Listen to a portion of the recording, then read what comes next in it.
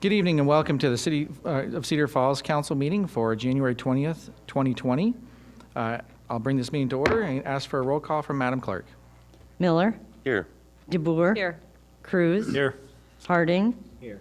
Dara. Here. Sires. Here. All members present, Mr. Mayor. Thank you, Madam Clerk. And the first item for tonight is the approval of the minutes of January 6, 2020. Is there a motion? So moved. Second. All in favor? Aye. Aye. All opposed? Motion carries. Madam Clerk, are there any agenda revisions? Just item number 27, candidate listed under L is being removed from consideration at their request. Understood. Thank you. So that has been noted. And before we move forward with our special order of business, I have a little bit of housekeeping. I'm learning this process as we go, and I want to make sure that we're all on the same page moving forward. So there are 4 items that I want to bring up quickly. The first is, in the last meeting that we had, I had allowed 2 city employees to come forward to speak on an issue. I misunderstood admin rule number 7, and so I was out of order in that. Admin number 7 says, to avoid violating adopted personnel policies, Iowa law, and Iowa collective bargaining laws, employees and collective bargaining groups will not be recognized to speak about employment-related issues during city council meetings. Employees and collective bargaining groups should utilize the processes specifically defined and granted by Iowa Code and adopted city personnel policies. So I apologize for that oversight. I'll also add that if a city employee wants to come forward and speak about snow plowing or other things that aren't related to their employment, that certainly is acceptable. But anytime it strays into a topic where it's a employee policy, I will have to stop that discussion. So that's the first. The second is in one of the discussions or public comment sections, a member of the public said repeatedly, you guys. We have to be very careful in these discussions that the public speaker is directed toward me as the presiding official. That helps to keep the meeting civil and also avoids like a potential for a back and forth. So I was out of order there, and will be much more careful in the future for not allowing that. Also wish to apologize to Ms. Smith if she's here tonight, because she had made a comment out from the public at a time she wasn't supposed to, and I had said, you have no right, and it was a mistake. I'd meant to say you're out of order, and I apologize for the tone of that. And then the last is a small change for when we get to the public comment section. I had said last week that I will make a note when we're at the 30-second point, and that council members can say 7 minutes, and we'll automatically grant a total of 7 minutes. You get 2 additional minutes beyond your 5. Well, by admin rules, I have to provide a 1-minute warning. So Madam Clerk is going to raise the yellow flag, but just know that that's your time to continue if you wish to stop. But I want to enable you, if you are still continuing, I don't want to cut off a good discussion that council wants to continue. So that will be an option in the future for council to grant that additional time, or for me to grant that additional time. I have that right as the presiding official. So that is all I have for that housekeeping. Also want to note that there was signs earlier this morning around City Hall to talk about emergency snow removal, and it said it would start at 8. You will not be ticketed. We will keep that open until our meeting is adjourned, and then the snow plows will come in after. So don't worry about your parking. If you do get a ticket for some reason here because of tonight, let me know, and we'll take care of that. So all that aside, we move into special order of business.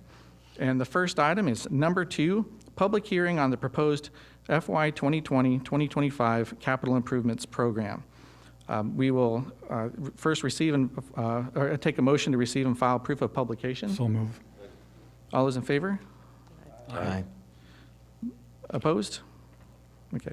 So written communications filed with city clerk. Do we have any? I have no written communications on file, Mr. Mayor. Okay, thank you. I'll now bring in a staff presentation. This will be Director Rodenbeck to speak with us about the capital improvements program. Thanks, Mayor. Tonight's the public hearing for the 5-year capital improvements program, or the CIP. The CIP has 217 projects for a total of over $300 million. As you and the council are aware, this is a planning document, and we've had some steps in the CIP process before getting here tonight. First, the council and goal setting. Session did talk about parameters and priority projects, and that helps guide the development of the CIP. Then on January 6th, we had a committee meeting for both the council and planning and zoning that outlined some of the projects as well as the projected effects on property taxes and the debt limit. Our goal when developing the CIP is really to try and minimize the impact on property taxes. And with this CIP, the effect on property taxes is only a 1.7% increase over the 5-year period. We also try and focus on needed infrastructure improvements as well as quality of life projects. So the proposed CIP is before you tonight for approval, as well as adopting the reimbursement resolution that we do every year as part of this process. The proposed CIP was included in the council packet for January 6th and tonight, so if anyone from the public's interested in viewing it, they can do that. Also, once the CIP is approved, we'll publish it on our website as well. Thank you. Yeah. So I'll now open it up for council questions. Okay, so I have a couple questions. Councilor Cyrus, go ahead. I looked into some of this stuff.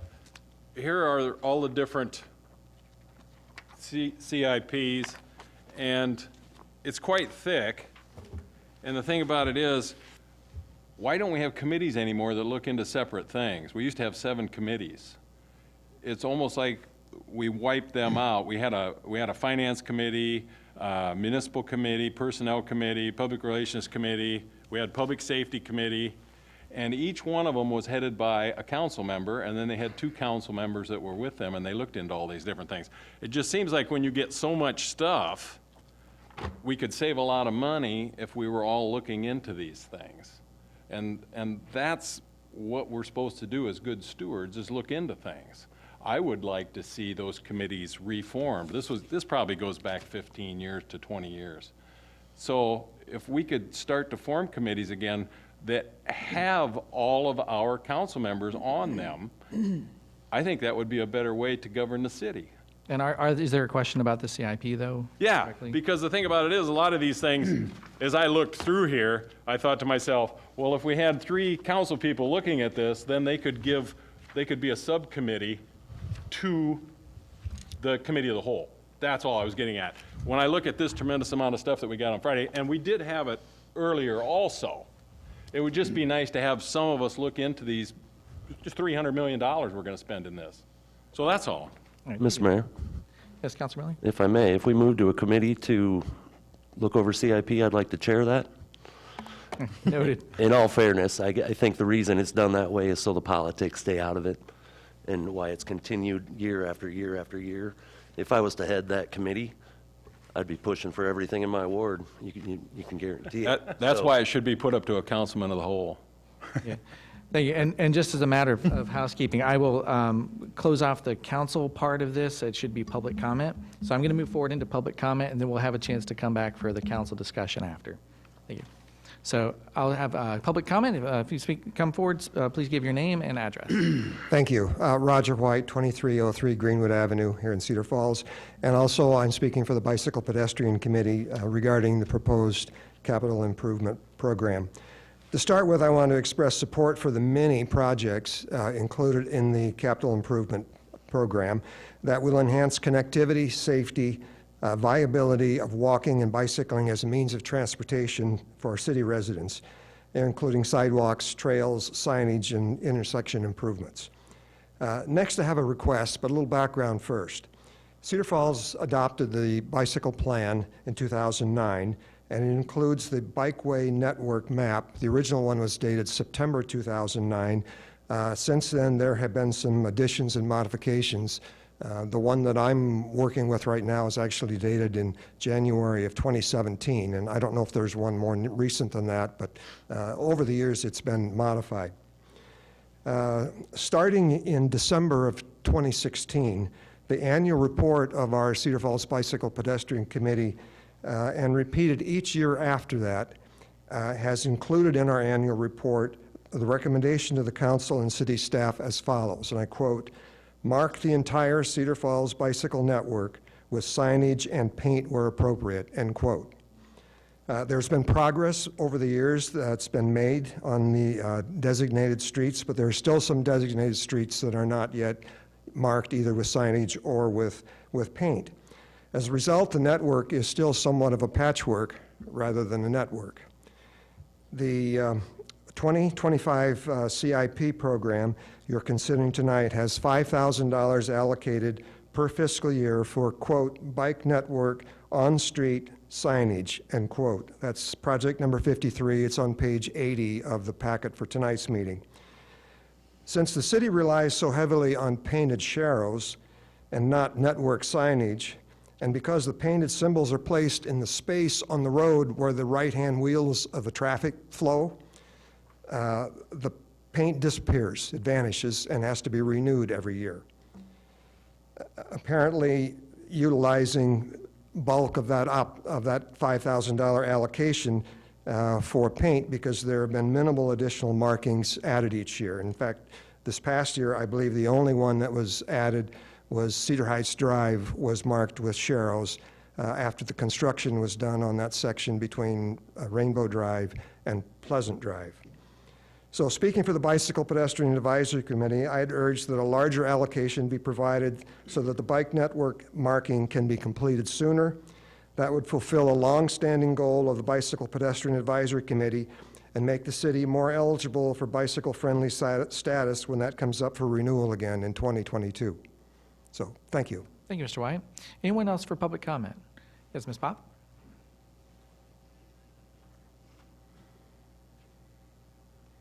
Good evening, Mayor, Council. My name is Penny Pop. I live at 4805 South Main. I am president of the South Main and Green Hill Corridor Neighborhood Association, and tonight I speak on their behalf. In reviewing the proposed CIP, we would like to comment on 3 projects. First, project number 127, Green Hill Road and Main Street reconstruction. In reviewing this project that will have a major impact on our area, we have some questions. A, the project description has changed from last year. The description now includes roundabout. The neighborhood is under the impression that design will happen in 2020 with public input. The design has not been presented as of yet, neither has council approved a roundabout as the final design. We are aware that council did adopt the Green Hill Corridor traffic study, and knowing that this is a working document, could this project description be reverted back to intersection improvements in the adopted CIP for accuracy? B, on the line item of landscaping and sound wall, the estimate has increased $200,000.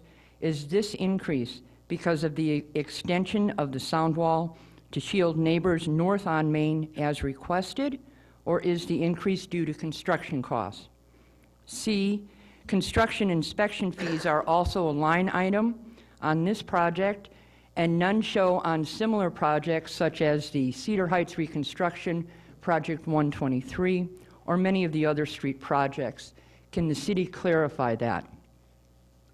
The second project is number 58, Prairie Parkway landscaping and beautification. The tree planting occurred along Prairie Parkway this fall. The association would like to urge the city to use restraint when designing the landscaping for the roundabouts on Prairie Parkway to allow motorists unencumbered sight. This project seems to overlap with project number 160, roundabout landscape improvements. Both mention the roundabout on Prairie Parkway and Brandy Lynn. Now, one points to a developer design, and one points to the branding of the roundabout similar to University Avenue. Can the city clarify? And finally, CIP project number 35, the parking lot on South Main. Now, this is the trailhead parking lot that is near the Paw Park. Now, it's gone from a muddy mess to a great paved parking lot. And thank you for this project. It's really provided much-needed access to the trail for the folks who may wish to drive and use the hard trail.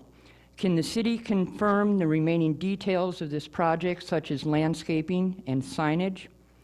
And then, as an aside, as a private citizen, I would like to ask about CIP project number 11, Climate Action Plan Sustainability. I think it's great that the city is going to be addressing the issues. Now, who will be receiving the electric car? I hope the mayor will be able to be the first to use the vehicle, as our top elected official and the face of our city. Thanks for your help on these questions, and thanks for your time. Thank you, Ms. Pop, and council can choose to address those questions after public comment. Anyone else wishing to speak for public comment? Okay, seeing none, I will consider the public hearing closed, and we'll turn it over to item number 3, resolution approving and adopting the 2020 to 2025 capital improvements program. Is there a motion? So moved. Second. Motion and seconded. Council discussion? Seeing, yes. Some of the questions Ms. Pop had? Certainly, thank you. I'll turn it over to Director Schrage. I did the best I could and wrote some of these down. So there were some questions on the Green Hill Road and South Main intersection improvements. And the way it was written in the CIP was to reflect the suggested alternative from the Green Hill Road traffic study. And that's what the cost would reflect. So I guess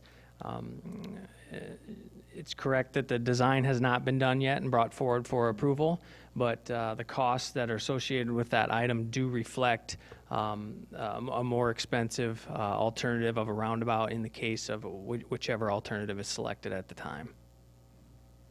The other question in regards to that project was the sound wall and the cost increase for that, and that was due to construction costs. As construction costs go up from year to year, that's what that $200,000 increase reflected. Some questions on the South Main Street parking lot and signage and landscaping. The current project with the contractor that was hired by the city is completed. We're working towards finaling that project out. Future landscaping will be done by our city employees within municipal operations programs. We'll look at adding some trees to the area and additional trailhead signage where needed. Thank you. Any other council discussion? Requires a roll call vote.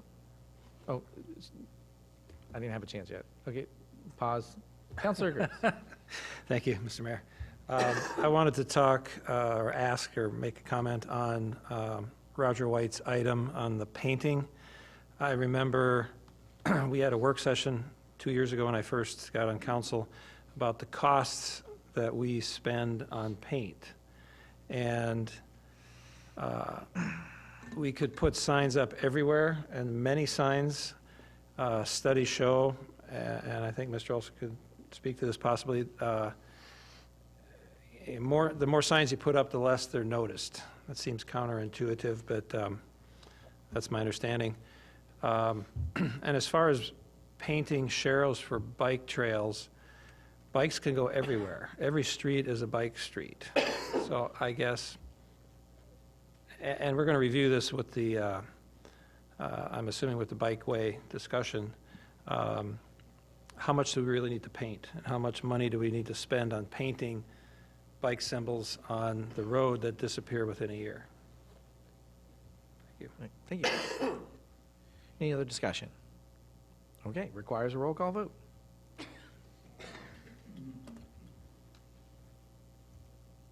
All voting aye, Mr. Mayor.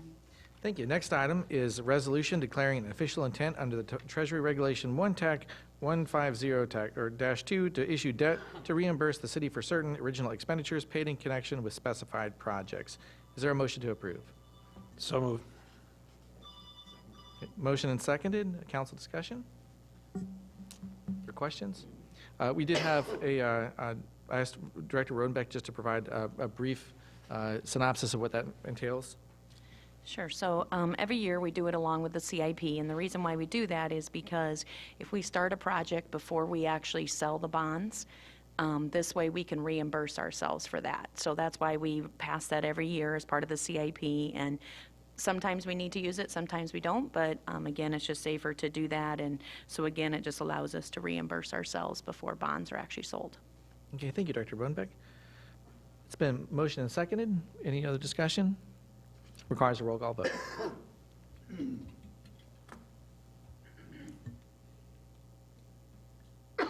Register. All voting aye, Mr. Mayor. Thank you. Next item is number 5, public hearing on a proposed agreement for private development with SDC Real Estate LLC. Move to receive and file public notice. Thank you. Motion and seconded. All in favor? Second. Give a second. Second. We have a second, okay. So all in favor? Aye. Aye. Okay, opposed? So next is the written communications filed with the city clerk. Are there any? I have no written communications on file, Mr. Mayor. Thank you. And we will turn this over to Shane Graham for a quick presentation to the council.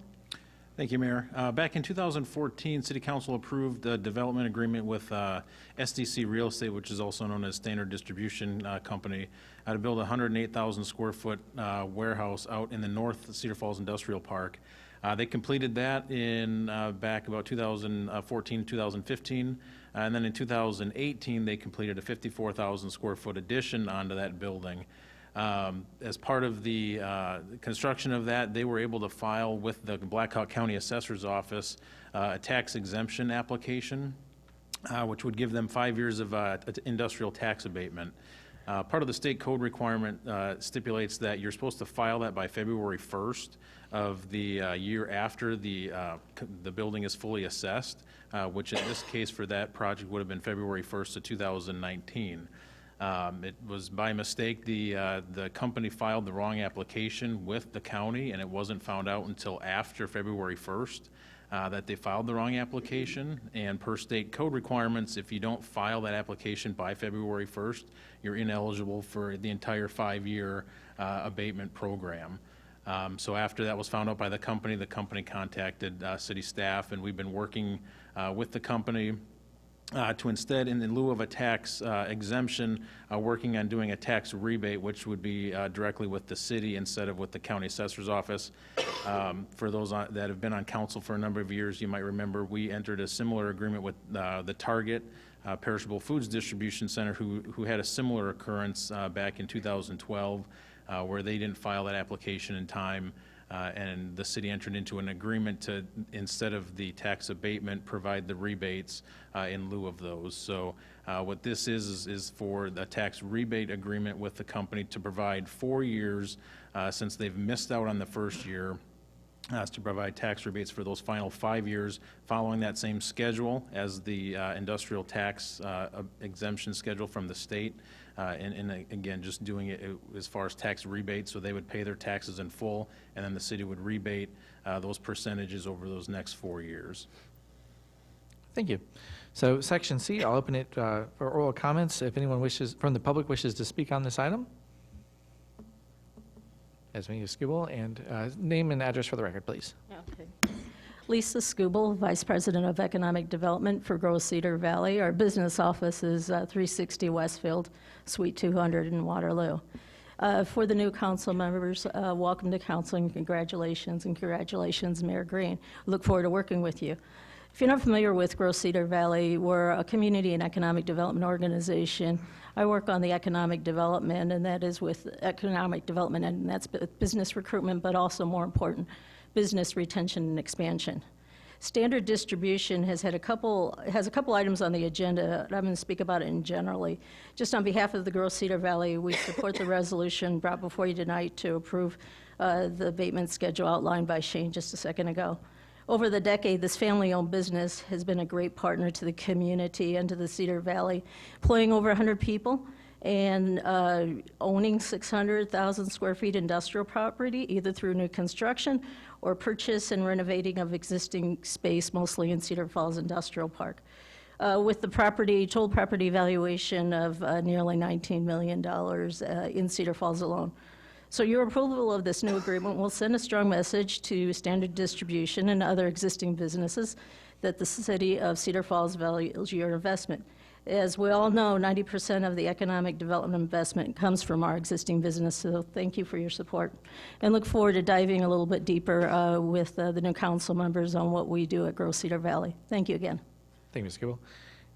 Any other public wish to speak in public comment? Seeing none, I will close the public hearing. And brings us to item 6, resolution approving and authorizing execution of agreement for private development with SDC Real Estate LLC. Is there a motion? So moved. Motion and seconded, requires a roll call vote.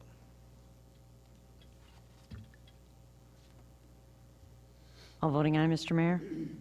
Thank you. Item 7 is a public hearing on a proposed second agreement for private development with Standard Distribution Company. I'll ask for a motion to receive and file proof of So publication. move. It's been motioned and seconded. Second. All in favor? Aye. Opposed? That brings us to written communications filed with City Clerk. I have no written communications on file, Mr. Mayor. Thank you. And that brings us to the next, Shane Grimm also giving a presentation or quick brief on this. Thank you, Mayor. This is similar to the last request. This is standard distribution site at 317 Savannah Park Road in the Cedar Falls Industrial Park. Again, City Council entered into an agreement for private development with the company in 2017 to add a 53,000 square foot addition onto that existing 200,000 plus square foot building. Again, that was completed in 2018 as well, just like the previous project. And again, they filed the wrong application with the county, was not aware that they filed that wrong application until after that February 1st deadline. And so what we would like to do with this project, again, is to do the same thing as the last one with the 4-year rebate schedule in lieu of that abatement, since they're not eligible for that through the state. All right, thank you. So I'll open it up to public comment under 7C, oral comments. Seeing none, I will close the public hearing and move to item 8, which is a resolution approving and authorizing execution of a second agreement for private development with Standard Distribution. Is there a motion? So move. Second. The motion is seconded. Requires a roll call vote. All voting aye, Mr. Mayor. Thank you. Item 9 is a public hearing on a proposed amendment and restated agreement for private development with Owen 5 LLC. So first is a motion to receive and file proof of publication. Is there a motion? So move. It's been motioned, seconded. All in favor? Aye. Opposed? That passes. And are there any written communications filed with City Clerk? I have no written communications on file, Mr. Mayor. Okay, and again, Shane Graham, if you have a small presentation for us on this as well? Yes, thank you, Mayor. Back in June of 2019, City Council approved an agreement for private development with Owen 5 LLC to build a new building out in the North Industrial Park.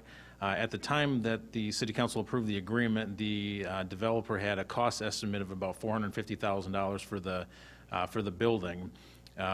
Typically, as far as our incentives go, if a project falls under $1 million or $1.2 million, we don't offer any sort of a tax abatement.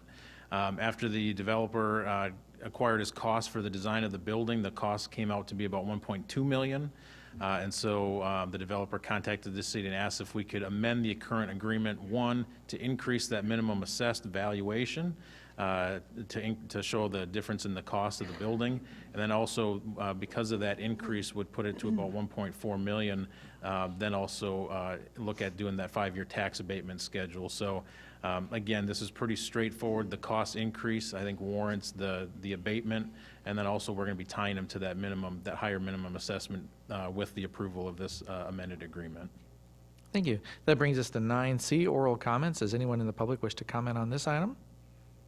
Seeing none, I will close this public hearing and move us to item 10, resolution approving and authorizing execution of amended and restated agreement for private development and an amended minimum assessment agreement with Owen 5 LLC. Is there a motion? So moved. It's been motioned Second. and seconded. Requires a roll call vote. All voting aye, Mr. Mayor. Thank you. Under old business, we have item 11, pass ordinance 2960, recreating the College Hill Self-Supported Municipal Improvement District, SSMID, upon its third and final consideration. Is there a motion? So move. Second. Been motioned and seconded. I'll open it up for council discussion. Public? Okay. Requires a roll call vote. All voting aye, Mr. Mayor. Thank you. Item 12 is pass ordinance 2961, amending section 26, TAC 118 of the Code of Ordinances by removing property located at 4911 University Avenue from the R1 Residential District and placing the same in the C1 Commercial District pursuant to the provisions of a conditional zoning agreement upon its second consideration. Is there a motion? So moved. approve. It's been motioned and seconded. Requires a roll call vote. All voting aye, Mr. Mayor. Item 13 is to pass ordinance 2962, amending Chapter 23 of the Traffic and Motor Vehicles of the Code of Ordinances relative to establishing parking regulations in conjunction with the implementation of recommendations from the downtown and College Hill parking studies upon its second consideration. Is there any council discussion or questions? Oh, sorry, is there a motion to approve? So moved. Okay. Second. So now I'll open it for any council questions or discussion from the public. Okay, so that requires a roll call vote. All voting aye, Mr. Mayor.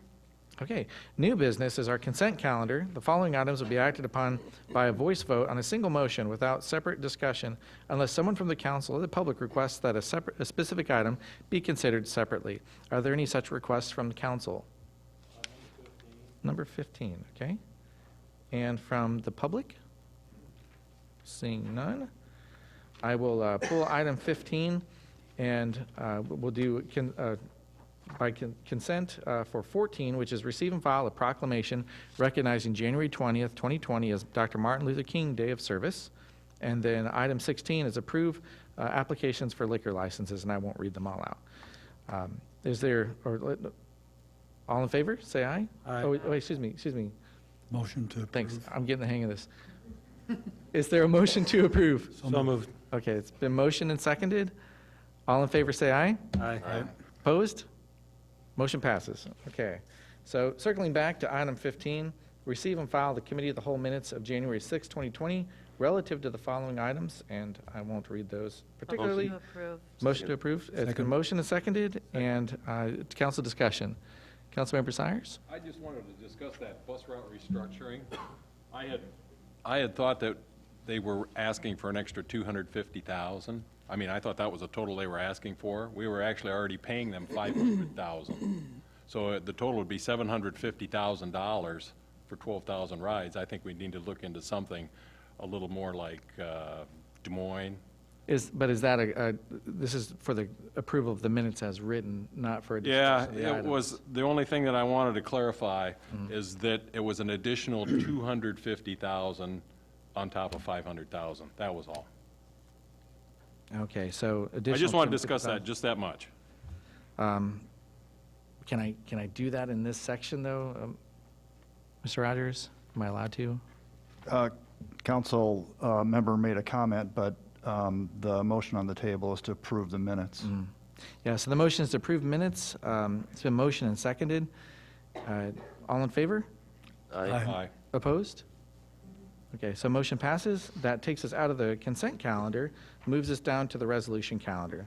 The following items will be acted on by roll call vote on a single motion without separate discussion unless someone from the council or public requests that a specific item be considered separately. Are there any requests from council? From the public?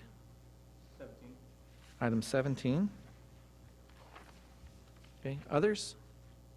Okay, so item 17 will be drawn.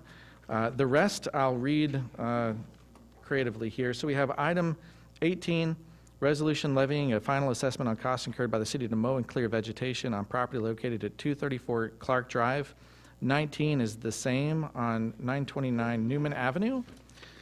20 is the same on 2610 Valley Park Drive. 21 is the same on 2040 Waterloo Road. And 22 is on the same on West First Street and Whitetail Drive. So I will, and also going into 23, resolution approving and authorizing execution of agreement with Gillian Christie relative to the placement of a sculpture at 220 Clay Street. 24 is resolution approving and authorizing execution of 3 Red House Studio leases. 25 is a resolution approving a certificate of completion and accepting the work of Minturn for the 2019 bridge maintenance project. And then finally, 26 is a resolution setting February 3rd, 2020 as the date of the public hearing for the maximum levy rate. Is there a motion to approve these items minus 17? So moved. Second. Okay, it requires a roll call vote.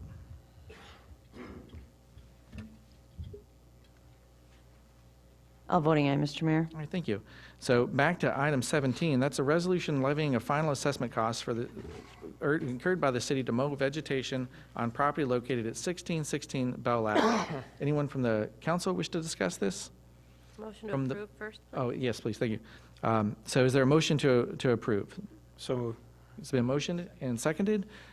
Any discussion from council, from the public? Good evening, Nate Didier, 501 Barber Drive. I just had a quick question, really maybe some understanding from city staff, is can you explain the process for the mowing, the clearing vegetation? When notices are given out, what the communication is like coming back? As I go through the packet, I see, I don't see any documentation or communication back from any of these property owners, and with it being $95 an hour to have this property taken care of, it is pretty costly. My concern with that is, are we taking into consideration low-income residents, any residents that have fallen on hard times, and any residents with fixed incomes that are struggling to have that taken care of during the summer months? Do we have any different processes or cheaper options other than that, what we are currently doing? Thank you. Thank you very much. And I'll turn that to city staff. Stephanie Sheets? Yeah, I can answer the question. On the code enforcement, what we typically do is when we have a complaint, often they're complaint generated, we then follow up to see if the complaint is founded, and if so, then we contact the property owner to advise them of the issue and give them a certain time frame to address it.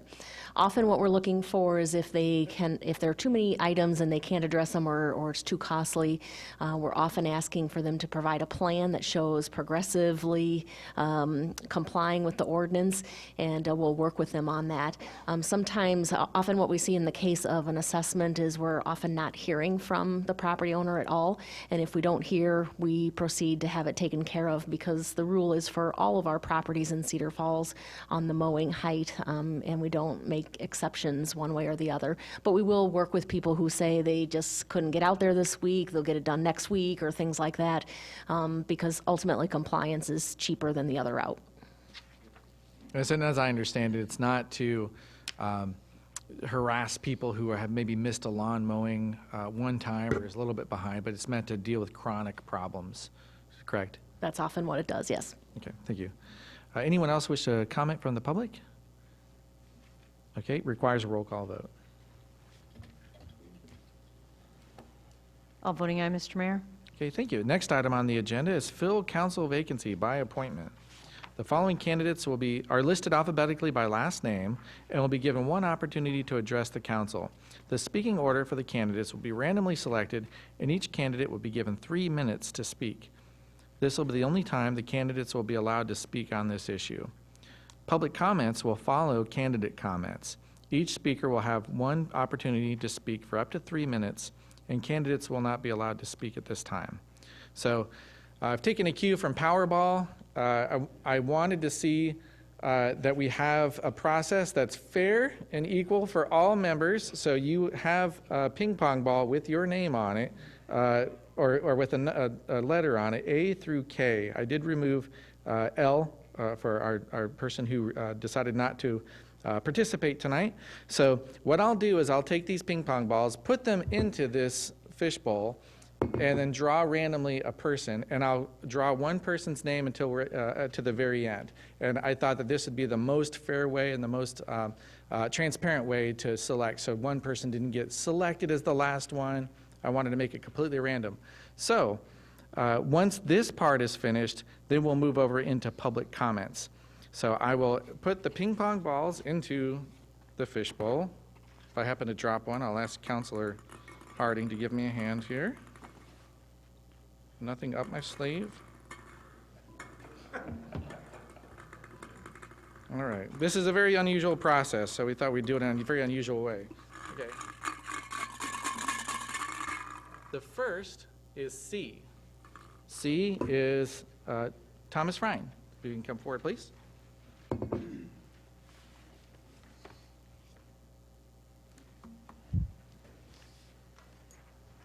We're doing names and addresses again.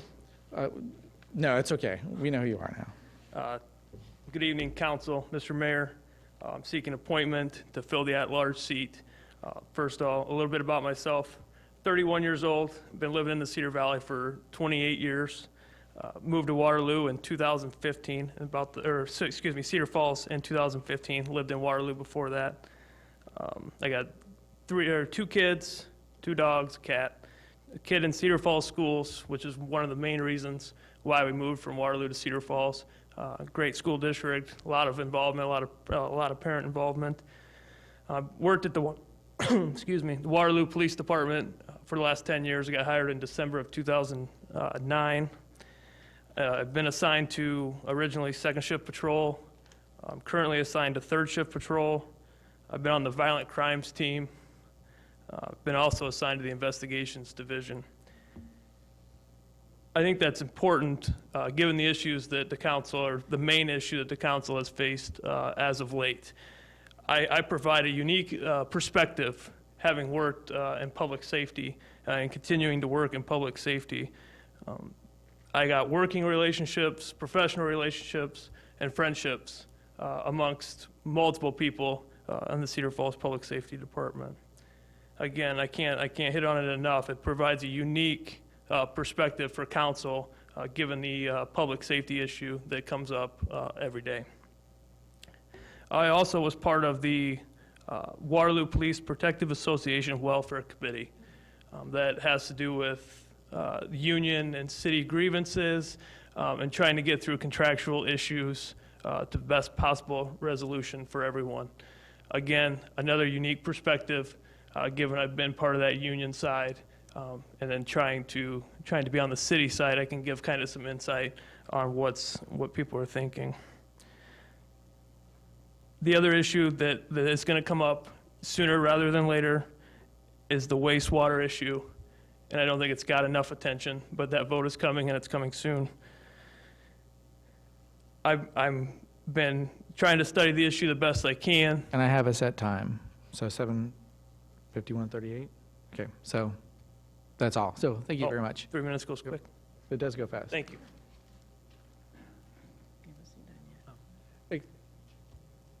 Forgive me, you have 30 seconds left. That's my fault. I thought you were announcing the 1 minute. Okay, I deeply apologize for that. All right. The water issue, I'm a fresh face. You know, I've never been in politics before, 31 years old. I planned on getting into it down the road. This opportunity's come up. I'm going to take advantage of it. You guys are always under public scrutiny, kind of like working in public safety nowadays. Everything's recorded, everything's online, ready for view. I understand that, and we still go to work every day and do the best job we can, just like council, the same as public safety. So thank you. Thank you very much, and again, my apologies. Next will be I. So I is Susan Sims.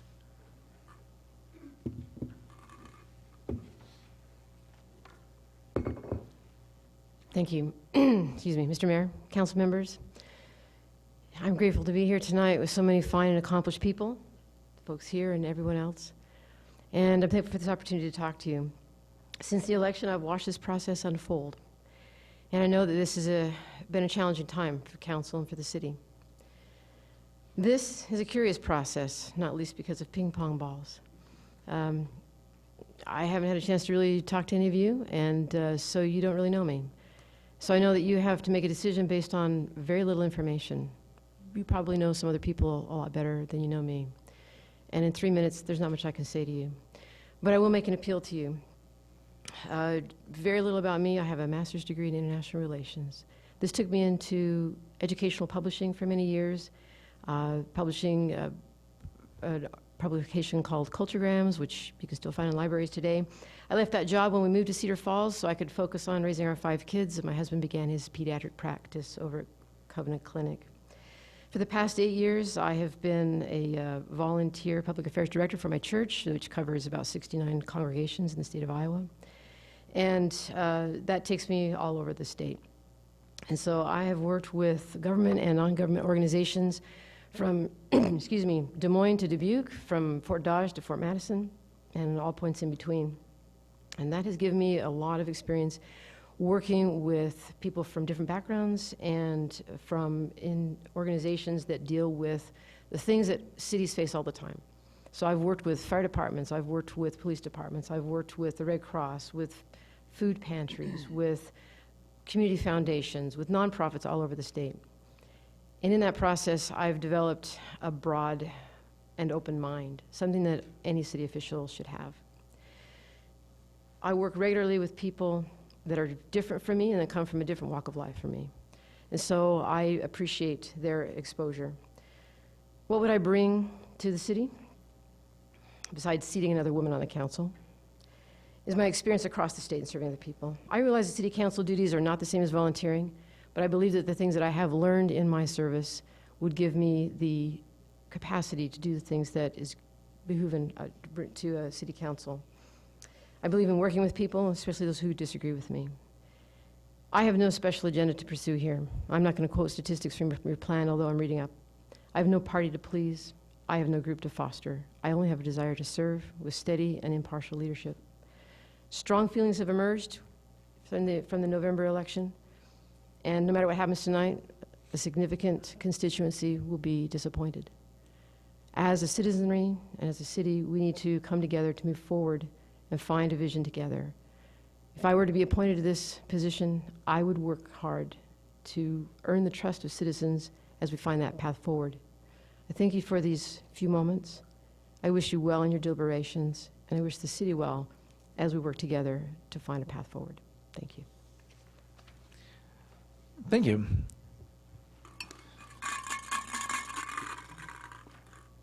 Next is D. D is Thomas Haggerty.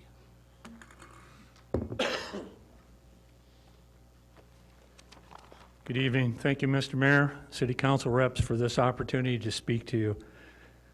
My name is Tom Haggerty. I live at 809 Franklin Street. Been married to my wife, Kathy, for 50 years. I served as a Ward 1 City Council rep for 12 years. I was honored to serve the residents of my ward and enjoyed working for all the citizens of Cedar Falls. One of our greatest team achievement efforts as a City Council member was that work that we did after the flood of 2008, when many citizens needed major help. We worked together as a team. Shortly after we recovered from this flood, I made a motion that we establish the Northern Industrial Park. When Walmart first came to town, they wanted to locate at South Main and Green Hill. But after suggesting other sites to locate, Walmart built where they are located now, and that brought other businesses who have located out south of town. We made decisions as a team council for new housing subdivisions that were well planned, projects of our staff and planners. We planned years ahead our capital improvement projects so our citizens would have good streets, good infrastructure, great recreational opportunities, including parks, swimming pool, rec center, and walking trails. While serving on the council, all of our decisions were made for the future and for the benefit of our taxpayers. Our teamwork would be recognized by other towns and cities in Iowa as well managed. Those decisions that we made as a team council are still reaping tremendous benefits. We worked together, we worked for the majority of our residents on the decisions we made, and that has proved beneficial to Cedar Falls. We have 41,000 taxpayers in this town, and they enjoy a good job with the businesses that have chosen to locate here. We have over 14,000 UNI students who bring tons of economic dollars to our town when they are in school. I want those students to stay here in Cedar Falls when they graduate. That's the reason we need to make good team decisions for the majority of residents. Our town is benefiting from those team decisions. We need to continue working together and keep our city moving forward. While serving as a council rep, we kept our property tax as one of the lowest in the state. Based on that hard work we did as council members, I'm requesting your support for the appointment to this council vacancy. Thank you and good luck. Thank you, Mr. Haggerty.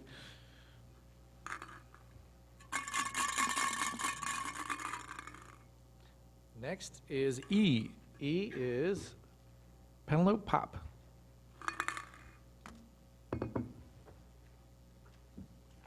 It's Penelope, and not like envelope.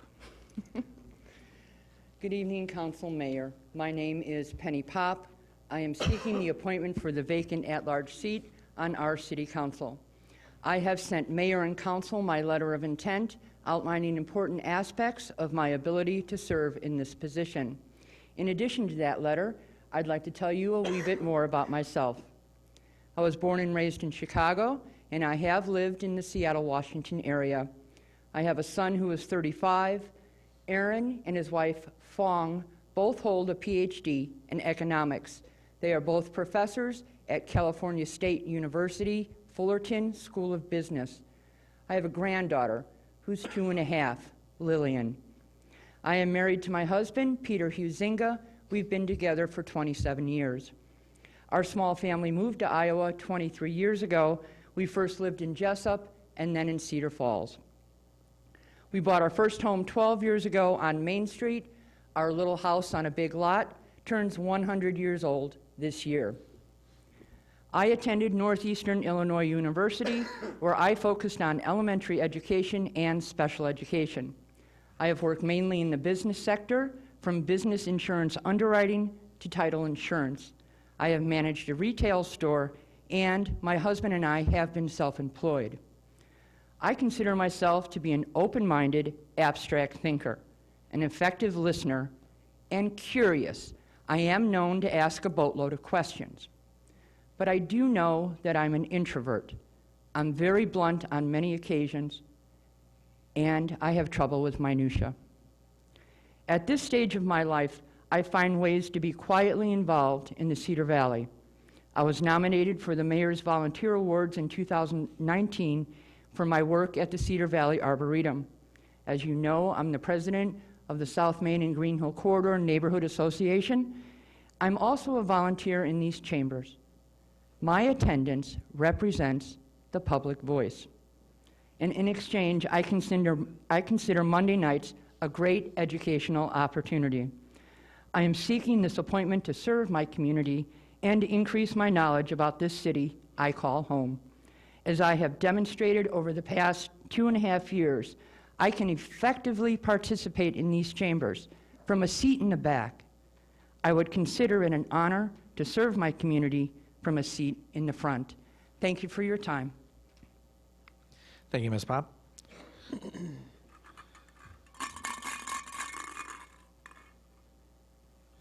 Next is H.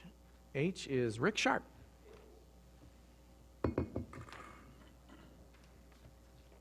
Thanks. In the immortal words of Admiral James Stockdale, who am I? Why am I here? My name is Rick Sharp, 1623 Birch Street, Cedar Falls. I'm here seeking an appointment to the vacant at-large council seat until a special election is held. I'm a lifelong resident of the Waterloo-Cedar Falls area. I'm a military veteran, and I've been a Cedar Falls firefighter for 25 years. I know I have zero chance of being appointed to this seat by the incumbent majority council members, but I'll be curious to find out who they select and why. If I am appointed, I support separate police and fire departments. I have a plan that will not decrease overall staffing, but will increase fire staffing and cut costs. I want effective immediately that all the PSOs go through an actual firefighter physical agility test that was eliminated before the program started. I would like to see 45% of the TIF revenue come back to the city and schools annually to fund essential services and hire more employees. We're well beyond being lean and mean. There's more work than employees to do it. I support bicycle safety, but I do not support road diets where we turn major 4-lane roads into 2 lanes with a bike trail on each side. I understand that is in plans for the Waterloo Road and 18th Street. Finally, I want to bring back our annual 4th of July fireworks show since Waterloo now has their own. Let's keep our residents in town to celebrate our freedoms. And on that remark, I don't care who runs with it, let's just make it happen. I'm passionate about voting rights and the citizens' right to elect who represents them on the council and citizens being heard. As we found out at the January 3rd council meeting, the majority still will not listen to the citizens. They feel they know what is best for us and who is best to represent us. So why did they vote to not allow us to have our vote? They say they needed an appointment so they could have a full council to decide controversial issues, as there were many 4-3 votes in the past. Why? The incumbents already had the majority. They can push through any issue they want right now with a 4-2 or a 4-3 vote. No, they want to ensure a supermajority enough to override any potential veto from Mayor Green. So let's make this appointment temporary, sign the petition to demand a special election. Your vote and voice matters. Let's make sure it continues to be heard. Thank you, Mr. Sharp.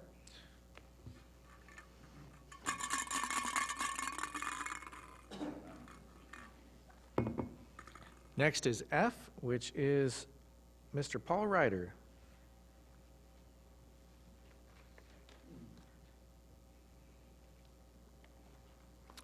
Paul Ryder, 3422 Clearview Drive.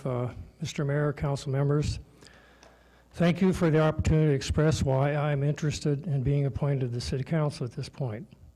The unusual circumstances relative to this matter suggested to me that perhaps someone who has previously served on the council would be a logical person to appoint, given that there is a likelihood that a special election will be held in the near future to allow the public to select the position. Since I have previously served on the council, I represent such an option, as do others who are also applying. During my terms, I served as Mayor Pro Tem for both John Cruz and Ed Stakovic.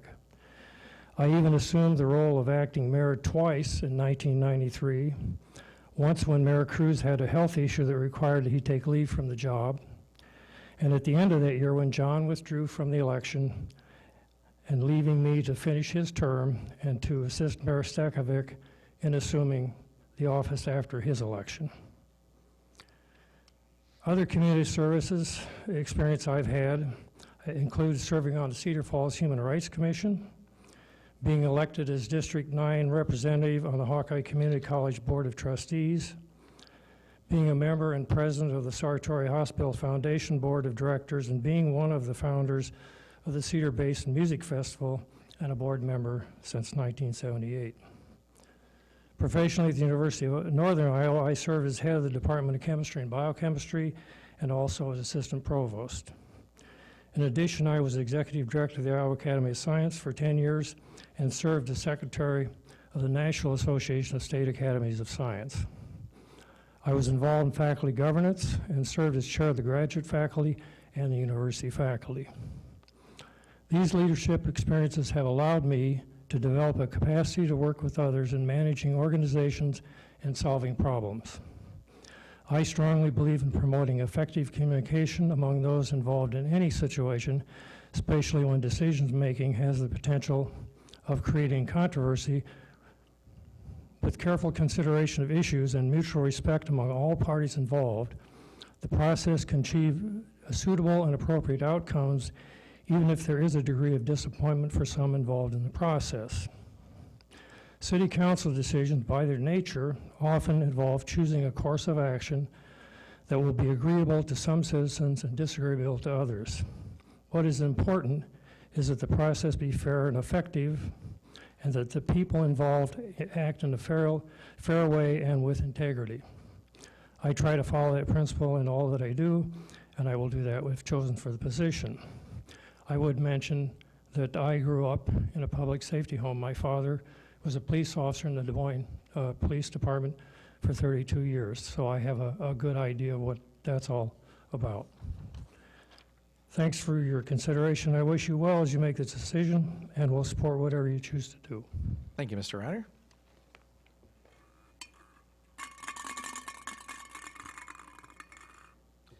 K. K is Nick Tiber.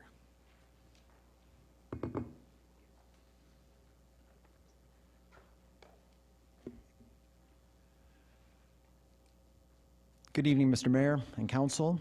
My name is Nick Tiber. I live at 1709 Clay Street. I'm excited to seek your appointment tonight. I've called the Cedar Valley home since 1976, which makes me about as old as the Sturgis Falls celebration. My grandparents moved to Cedar Falls after World War II, seeking a better life. I came here as well in 2004, seeking the same. Today I work at CPM Holdings as a corporate development director. I'm proud father of Julian and Roman Tiber. I'm a community builder. Every minute I have available. You might also know me as a former council member. So I offer 8 years of council experience with 2 mayors and 10 different council members. We all had different views. We all had different perspectives and priorities, but we coalesced around the issues and opportunities, and we got things done. You've heard it. Fiscal discipline, greater transparency, service innovation, infrastructure improvement. world-class parks and recreation. These will all be lasting hallmarks of our city. It has resulted in envious tax rates and tremendous quality of life. So what makes a good council member? Teamwork, communication, problem solving, vision, conviction, and trust, but above all else, leadership. I believe that I possess these attributes. They've been on display for nearly a decade as we ushered in record growth in our city, we enhanced services, and we minimized taxpayer expense. But a single issue, public safety, has overwhelmed our city for the better part of 2 years. So in the next 2 years, I'm fully committed to resolution and healing on this issue. But I also want to note that I am not a single issue appointee. I'm in front of you today to represent all citizens, to bring experience, leadership, energy to each and every issue and opportunity facing our city. Martin Luther King said, "All progress is precarious," and Cedar Falls is certainly on the leading edge of progress. I love our city. I am proud of our accomplishments. I look forward to serving anew to fulfill our full promise today and into the future. Mr. Mayor, Council, thank you. Thank you, Mr. Tiber.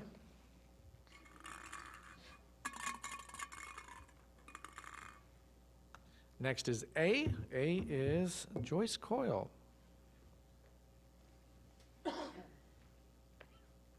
Good evening.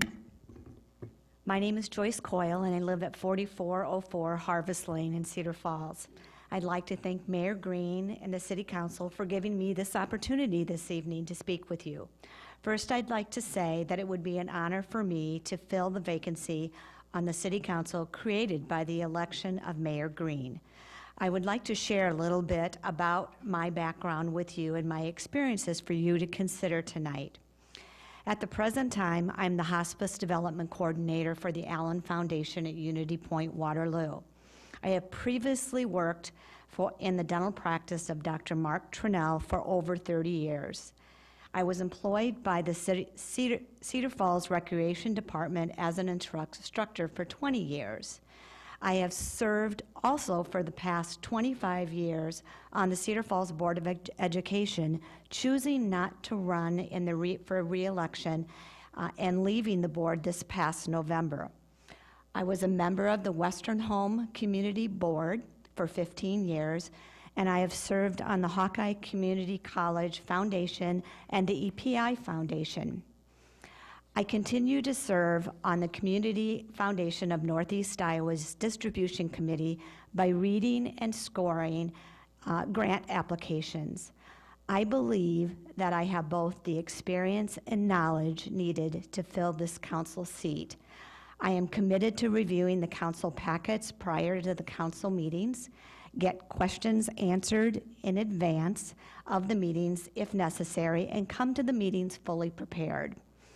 I know how important it is to work as a team, to be a good and respectful listener, to give thoughtful and constructive comments when appropriate. I know that the council members don't always agree on the issues that come before them, and when it does occur, I can and agree to be respectful and agree to disagree. At this time, it would not be my intention to run for election for the at-large seat, but rather to fill the council position until the next election. I feel strongly that it is important to have someone fill this vacancy who is totally impartial, who does not have a present agenda nor an axe to grind, someone who will base decisions on objective facts and what is best for the best interest of our citizens of Cedar Falls. I believe I am that someone. I love our community, and I believe in servant leadership. Thank you for your consideration of my appointment. Thank you, Ms. Coyle.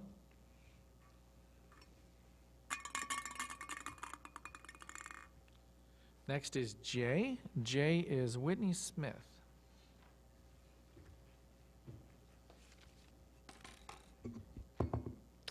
Good evening, Council and Mayor.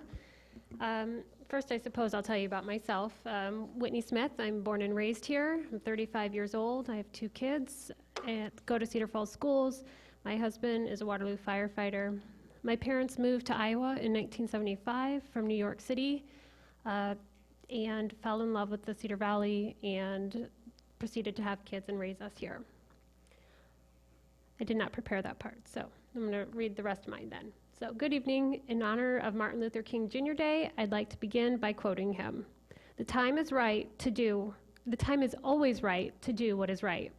Tonight, I'm asking you not to appoint anyone to this open seat and instead motion to have an election on March 3rd to coincide with a school board vote. It is what the people have asked for, and we have the right to choose who represents us. If in fact you will not do that, I am asking you to appoint me. My most basic interest is to do only what the people ask of me. I am passionate about doing the right thing and about the people in the city of Cedar Falls. We deserve a government by the people, for the people. For so many of us, this city is home. We either are from here or moved here and fell in love with this community. For those of us paying attention, we fear that the 4 senior council members have a motive to pick someone like-minded to them who will give them a supermajority. The problem with that is in the recent election, the people voted for change. The people are angry and we deserve a voice. If you will not motion to have an election, then appoint me to be their voice. I will not seek the seat in the inevitable election, which will also make me a better candidate for appointment.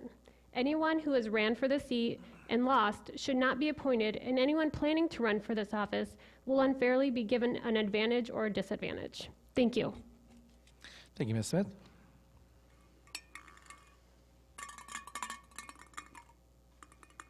Second to last is B, which is Nate Didier. Good evening, Mr. Mayor, council members, city staff, and citizens of Cedar Falls. It was almost a year ago that I started paying attention to what was happening in our city. Like so many of us, I hadn't really cared much about local government or how it was impacting our community. But the PSO issue was something that had opened my eyes and many of the members of our community. Over the course of several months, I talked with family and friends, neighbors, about their opinions of what was going on. During that time, more and more said that something needed to change. The voice of our residents was not being heard at council, and the demand for action began to grow. By May of last year, nobody had yet come forward, and I could no longer sit by without taking action. In June, I became the first at-large candidate to take on the responsibility of bringing the will of the people back to our local government. Throughout the summer and fall, I immersed myself in city business, learning all that I possibly could. I attended every council meeting, and I dug into open source material to understand the dynamics of the issues that we faced as a city. Through my research, I was able to articulate where I stood on several important issues, and I published those on my website, nateforcf.com, where you can still view those positions today. Come Election Day, I went from being a person that no one had heard of to garnering 28% of the at-large vote. Following the election, I immediately committed myself to running for Mayor Green's seat once that became vacated. I do not believe that this position should be left up to an appointment, and the citizens of Cedar Falls have stood in this very chamber and have told this council that very same thing. I have put my name forward for this appointment to show the residents of Cedar Falls that I am still committed to fighting on their behalf. If appointed, I will continue to be a servant of the people, and I will hold that position until residents choose who they want to be the representative through a special election. Thank you. Thank you, Ms. Didier. And our last name is Leanne Saul. She told me previously she would not be able to attend tonight, so I will set hers here unless she is in attendance. Okay, no. So with that, I will close the candidate speeches section of this meeting and move into public comments. So during this time, speakers will have up to one opportunity to speak up to 3 minutes, and candidates will not be allowed to rebut. This is my most concerning time of the meeting because I don't want this to become a slugfest. I would encourage you to endorse candidates if you wish.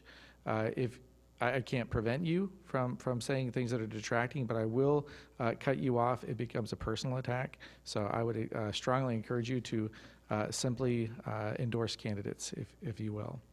So that said, who would like to come forward first to speak? Raise your hand, please. Yes, Mr. Dix. Scott Dix, 7821 Union Road. As you've all noticed here, and as many people have told you, that are up for this position, asking for the selection. Many of you have never met with them, never talked to them, don't know anything about them. Neither have the citizens. They haven't been aware of even what the people's names were until very recently. Tonight they've had a chance to talk to some individuals, but what I'm asking you is to simply table this for one meeting so that the citizens will have an opportunity to also talk to those individuals they might want to get more information from, and then talk to you as a council member so they can tell you who they want you to represent, who they want to have you choose to represent them. That's all. Thank you. Thank you. Next speaker. Yes, sir.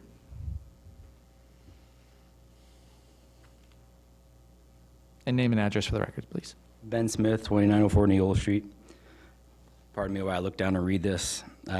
So I just want to talk about a few things that I feel are important when thinking about proceeding when it comes to appointment of a counselor and eventual election that will be happening. People spoke about how they feel that they're not being listened to.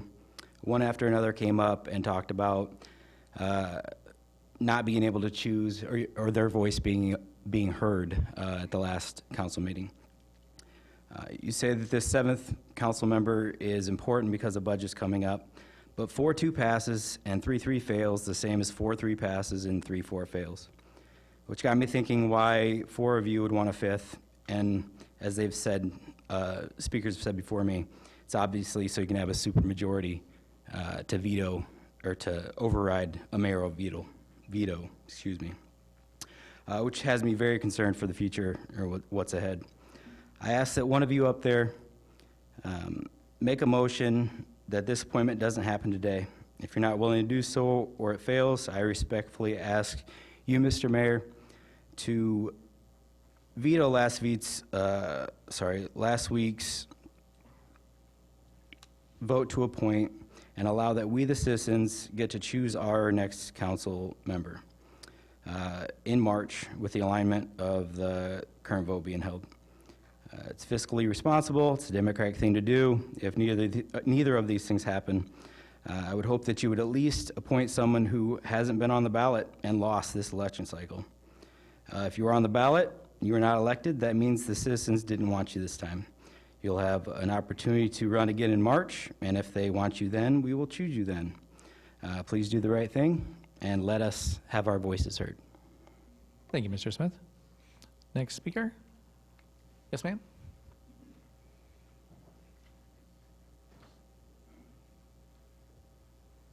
Name and address for the record, please. Kelly Dunn, 915 Royal Drive. I'm on the side of the folks that maybe aren't as vocal, and I hate saying aside because it's like I feel like it's getting really, our city politics, or I don't know if you want to call them politics, are getting like our national politics where people are constantly divided, and it's disgusting. So I'm the person that usually sits at home on a Monday night and watches the council meeting from the comfort of my home, but after repeatedly seeing the same folks get up and voice their opinion, which they have all the right to voice their opinion, I thought it was time that I actually maybe came and spoke for some of the folks that are happy with our town and the way our town operates, and who doesn't think that our city is like just plotting against us or making bad decisions without thinking. I am comfortable with the PSO model. I'm comfortable with what our city has done for years. It's not like they just decided one day that they were going to implement the PSO model. It was something that had been done over multiple, elections or years. Sorry, I'm nervous, but I just want to make sure our voice is heard too. When people say the people, I think it's great that people are involved in this process, and if this is the issue that got you going and involved in your city, good for you. But there's also people like me who appreciate what you do and how every week you sit here and listen to the same stuff, and people get ugly, and they get ugly on social media. And it just is very concerning to me. And then I question, everybody has the right to run, and I don't think any of you are against an election. If the people collect the signatures and we have an election, great. But I also think that whoever put this process in place probably years ago had a reason for that. And I don't think there's anything wrong with an appointment. And then we can move on. If you get the signatures, we'll do a special election. And that's the way it should be. So I just want to make sure that the other people are heard. Thank you very much. And next speaker for candidate comment?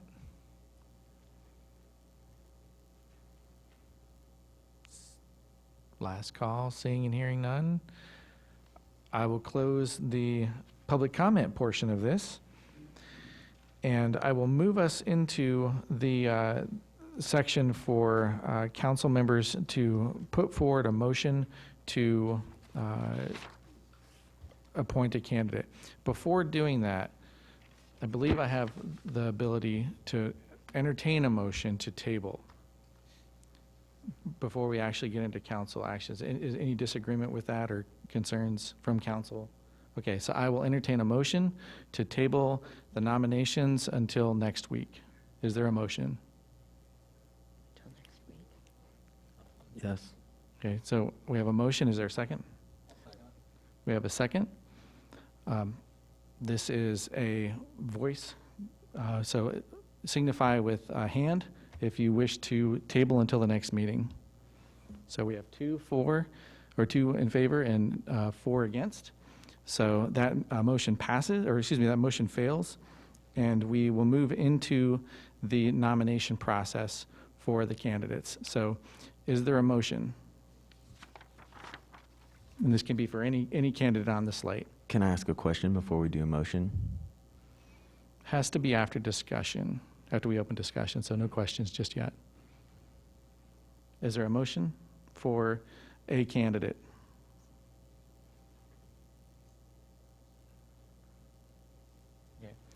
Is your question about the process itself? Kind of. Okay, let's, well, on that note, let's, yeah, okay, please. I just wanted to see if we were allowed to ask by a show of hands of the people willing to be appointed who actually is 100% not going to run if there is a special election, which we all feel there is a special election. I don't feel like that would be appropriate, only Okay. because we can't hold people to doing or not doing something in the future. There's no legal way to require enough. that. So this is how the process works. I'll entertain a motion for a candidate.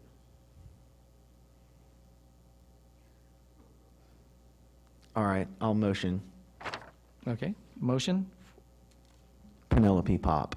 Okay, there's a motion on the floor for the appointment of Penelope Pop to the at-large seat. Do I hear a second? No seconds. That motion fails. I got another one. Susan Sims. There's a motion on the floor for Susan Sims. Is there a second? Motion fails.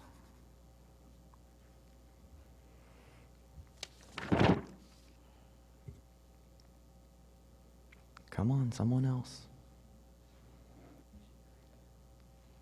Well, I'll go ahead and, Counselor Darren? I'll go ahead and take the head. I'll nominate Nick Tiber.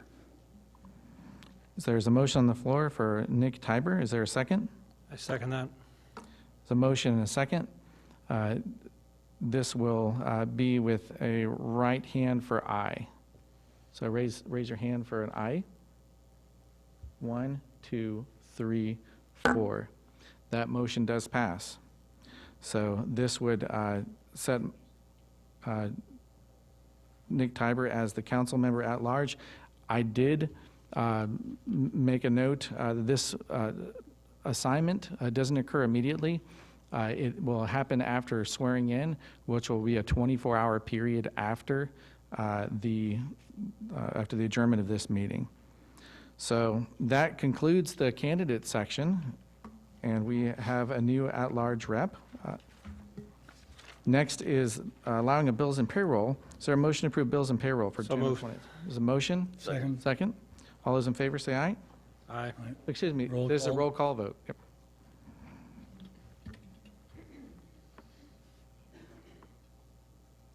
Voting aye, Mr. Mayor. All right, thank you. Moving next into council referrals. Do we have any referrals for tonight? Mr. Mayor, If I may, and I don't know that this is necessarily a referral, but, or following process that we typically have, but can we make sure that speakers are announcing what city they live in, if and when they come up here? I think we've had several speakers that live outside of Cedar Falls, but the implication when they come up is that they live in Cedar Falls? Certainly. If we can, So that wouldn't be a referral, that'd just be following orders, so. we can be aware of it. Thank you. And, Mr. Mayor? yes. I had a referral I sent in, you said it wasn't appropriate time. Do you still feel that way? Sturgis Falls? I do, because we haven't approved the event yet, so this will be likely to come forward next time. Okay? Mr. Any other? Mayor, Yes. I've got a couple questions about earlier discussions. One, we talked about public safety at school pickups. I don't know if we can refer that for more discussion. I'd really like to see us make a committee with school personnel and city staff somewhere along the line. And the other, so I don't know if it's time to appoint a committee to do that or have a meeting to do that, but I'd like to refer it for some future discussion. Okay. So as I understood the referral process and what council wanted to do for having the information ahead of time was just for a chance to view what some of the background information was for it, to see if it was something worth pursuing. So not to be having something thrown on them. As it was tonight, we did have a pretty lengthy discussion about the school safety issue. So I feel it would be appropriate to be able to bring forward a referral. Okay. So if you would like to make a motion. Well, then that's my motion. Okay, so a motion to Refer a discussion about safety at school crossings and picking school bus stops, that kind of thing, at schools, but include representatives from the school district in the discussion to find ways to ensure that kids are being picked up safely and cars are stopping when they need to and that kind of thing. I think it's an issue around in all of our schools. Did you get all that, Madam Clerk? I'll second that. Okay. He got it. All right, so there's a, I got it now. okay, there's a motion and second. Motion, this is a voice, so all in favor? Aye. All opposed? Okay, so that passes, so we will refer the item. Mr. Mayor, I have one more thing I'd like to say. What a great bunch of candidates. And I'll be voting on several of you, whoever gets. I was actually going to use my abstain button, which I didn't get to, because I didn't want to be a part of this. Our First Amendment, and the most important thing, is to have city elections. That's where we put our people in who are going to speak for us. So I was going to abstain from everything, and I was going to use my button for the first time that says abstain, but I just want you to know you're all a great bunch of candidates. I'd be glad to serve with any of you, and this is a great community, and I want to thank everybody for being here and participating. Thanks, Councilmember Cyrus. And I'll also note, too, I gave a chance this past week for any candidates to come speak with me for a half hour if they had questions about the process or just wanted to chat about city actions, just to make it fair for all. For those that I did have a chance who did want to come in and speak, had some terrific conversations. I'm really grateful for that. And just the insights you provided for me, particularly those who've had experience before, was incredibly helpful right off the bat. So really appreciate that. If you didn't have a chance to talk, the offer's still open. I'd love to hear some of your thoughts on the city. And of course, that's available for anyone, but wanted to especially make that available to the candidates as well. So that moves us, for any other council referral questions? If not, then I'll move us into council updates. Are there any updates for tonight? Okay. I'll have a new section for staff updates. We'll add that to the council session next time. For Mr. Gaines, if you have any updates or want to provide forward information. Mr. Mayor, I'm going to ask Director Sheets to give us an update on our College Hill visioning process. All right, thanks, sir. We talked earlier this evening at a work session about some priorities for the goal setting, the visioning process that's going to be kicking off for the College Hill area. The kickoff event is January 29th. That's a Wednesday from 6 to 8 p.m. We'll be holding a public meeting, officially kicking off the event, asking the public to participate. The study area is on a map there. It includes lots of neighborhoods, including the College Hill Business District. We ask anybody who's interested that either lives or works in that area or just the community at large to come out to UNICEEE, where we'll be holding the event. It's going to be pretty similar to what we did with the downtown in terms of soliciting some initial feedback as we go into then a week-long design charrette that will happen end of March, early April. Excellent, thank you. Any other staff updates or comments? Okay. We also have a request from our UNI student liaison, Rebecca Earl. Yep, thank you, Mr. Mayor. I'd like to start by saying that students are back on campus and ready to start a new semester. There are a couple of events happening on campus that are coming up that I'd like to share. There's going to be a mock caucus on Monday, January 27th at 7 p.m. on campus in the Mocker Union ballrooms. This is a bipartisan event open to anyone who wants to learn about how the Iowa caucus works and what to expect on caucus day. It is a live and interactive demonstration of what to expect from both parties on caucus day. Another exciting event happening is the Your Next Conference. It will be taking place on January 31st from 12 to 4 p.m. in the Mocker Union ballrooms. This event is open to everyone, community members, college students, and even high school students. The conference is geared towards importance of women's involvement in politics and government. There will be panels, work sessions, and political campaign course, and even lunch provided. If you want to learn more or are interested in registering, visit the Department of Political Science Facebook page or contact me for more information. Thank you. Thank you very much. Before moving to executive session, we will have time for a public forum. Mayor, if I may. Yes, please. One more update, please. Director Olson, we all, I believe, the mayor forwarded an email from an anonymous group of people regarding some fire hydrant equipment or something that was ordered. I was hoping we could get an update on that. Certainly. Director Olson? Yeah, certainly. So we're in the process of purchasing I guess you could call it a fire hydrant kit for each of these squad cars.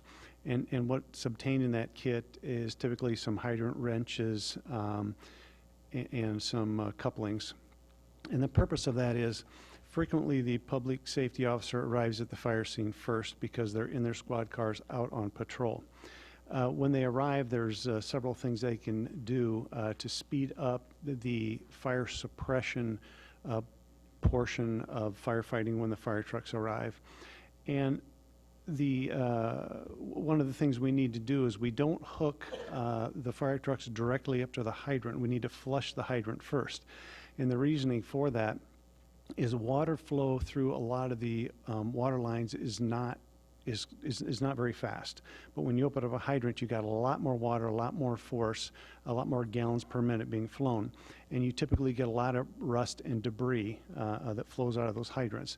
So when the public safety officer first arrives, they can go to that hydrant, they can remove the cap, they can open the hydrant, they can flush it out, they can close it. When the fire trucks arrive, a truck will stop right at the hydrant, drop off the hose, move half a block or however far they have to move while the public safety officer connects. So our intent was to purchase 12 bags for the 12 patrol cars, which is somewhere in the neighborhood of $3,000 to $4,000. So that's the reason for the purchase, and of course we had some questions as to why we were doing that. Okay, thank you. If I may, one more question. Is there any issue with PSO Tim Smith ordering or putting in the request for ordering these? No, not at all. It's actually a very good idea. We've had some discussions, actually for over a year now. People have mentioned that. We've had officers say, can we get wrenches for our personal bags and that type of thing in order to speed up that process, because when we get there, they have to wait for the fire truck. The fire trucks do have those kits or those bags. They have to wait for the fire truck to arrive, then get it off the fire truck, and then they do that process before they can hook it up. So you can see there's a time delay, and this whole intent is to speed up the process. Sure. Thank you. Thank you. Any other? Mr. Mayor? Yes. Mr. Olson, my understanding is that these kits or these wrenches and various things are already in other vehicles other than the fire trucks? Mr. Boswick, you want to?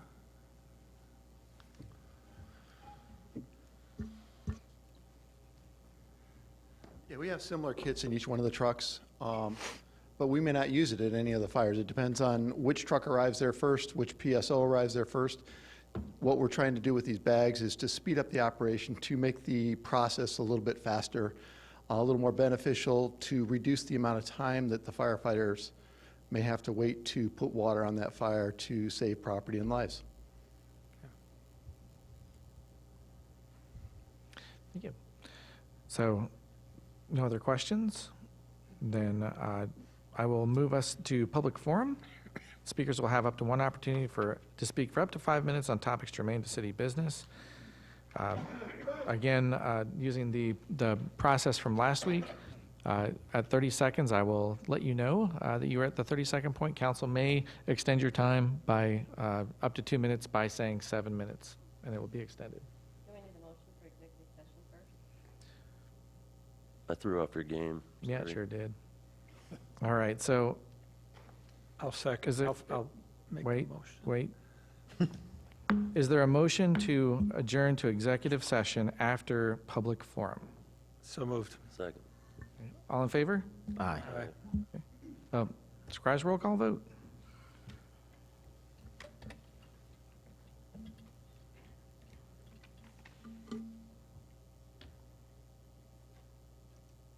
All voting aye, Mr. Mayor. All right, thank you. Now we'll move into public forum. Speakers will have up to one opportunity of up to 5 minutes to speak on topics germane to city business. Does anyone from the public wish to speak? Mr. Salentik. Jeremy Selenik, 1008 Rockland Street. Before I proceed, I have just one question, because I know in the past I've been scolded for using names, and we're supposed to direct it towards the council, but I have an article here that has a name in it. I need to know whether, it's pertinent to my question from last council meeting. Is it okay to read that name that's in this article, or do I need to?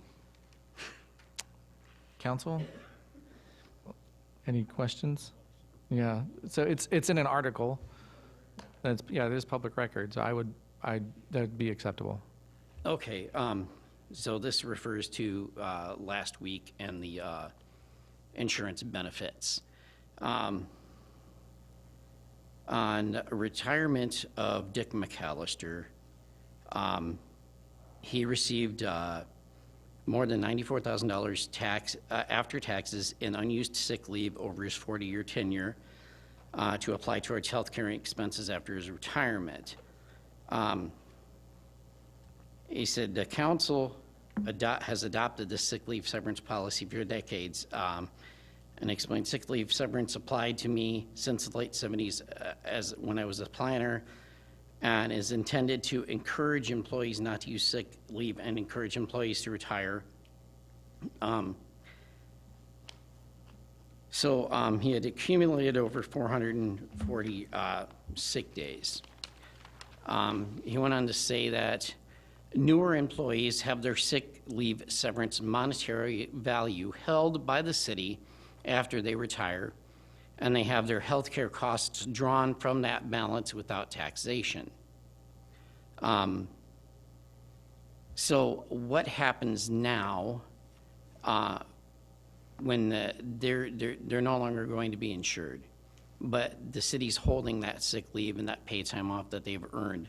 Now, are they going to go back to getting a lump sum when they retire?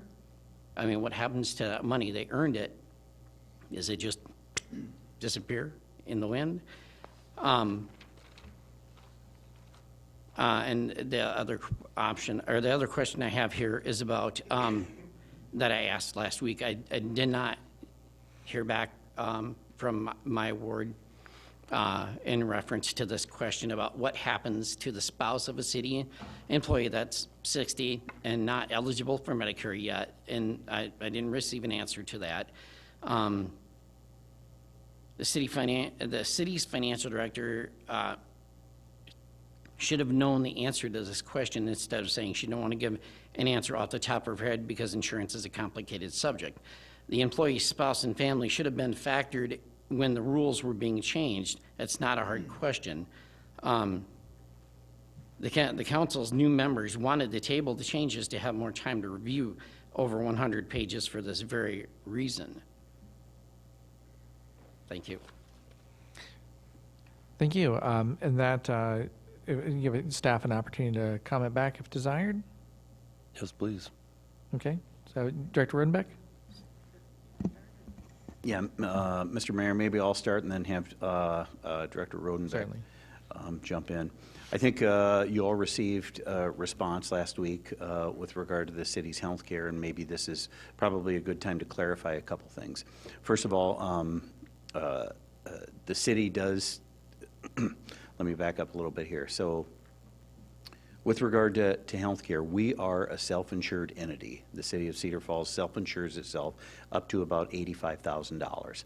At $85,000, once we exceed the $85,000, what happens is there's a stopgap that's that we purchase as an insurance, meaning that there's an insurance policy that kicks in. So if we have an employee or a spouse of an employee or a family member that hits some catastrophe and has excessive bills within their family or their medical, what happens is those bills are then picked up. So the city pays the first $85,000. After that, the stopgap insurance kicks in, which is actually a very good thing for us because that could cost the taxpayers millions of dollars in any given year, depending on what type of ailments may come our way.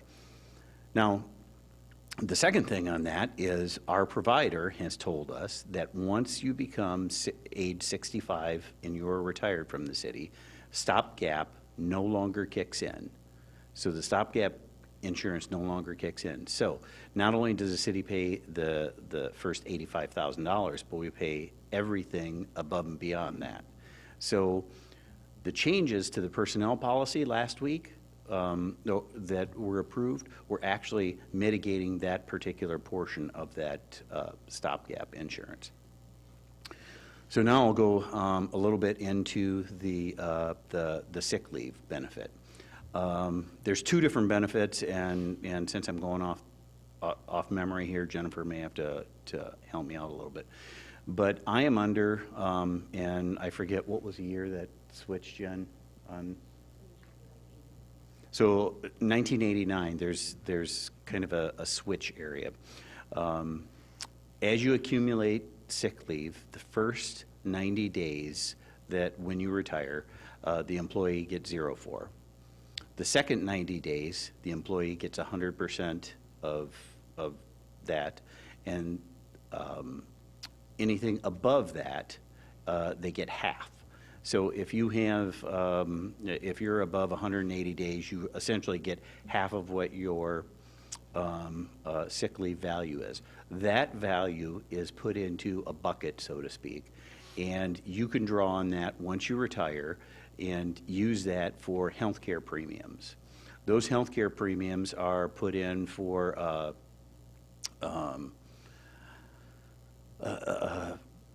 instance, if you stay in the city's insurance, those healthcare are drawn out of that particular bucket.